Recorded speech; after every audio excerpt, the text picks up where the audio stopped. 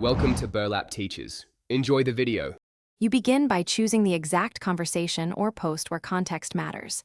This is the only way to preserve continuity. Tap the thread or reply control and enter your message. Be concise, include mentions when needed so recipients get notified, and attach images or files that belong to this topic. Once sent, your message lives inside that thread, so make sure the subject and attachments match the ongoing discussion before you continue with follow-ups. Once you have a thread going, keep every related reply inside it. Branching into new chats breaks history. Use Edit to fix errors and pin when the platform supports it so key info stays visible. If the app offers tags or subject lines, apply them to guide future readers. Make sure to use mentions sparingly to avoid noise, and when necessary, summarize earlier points before adding new information so everyone understands why the thread continues.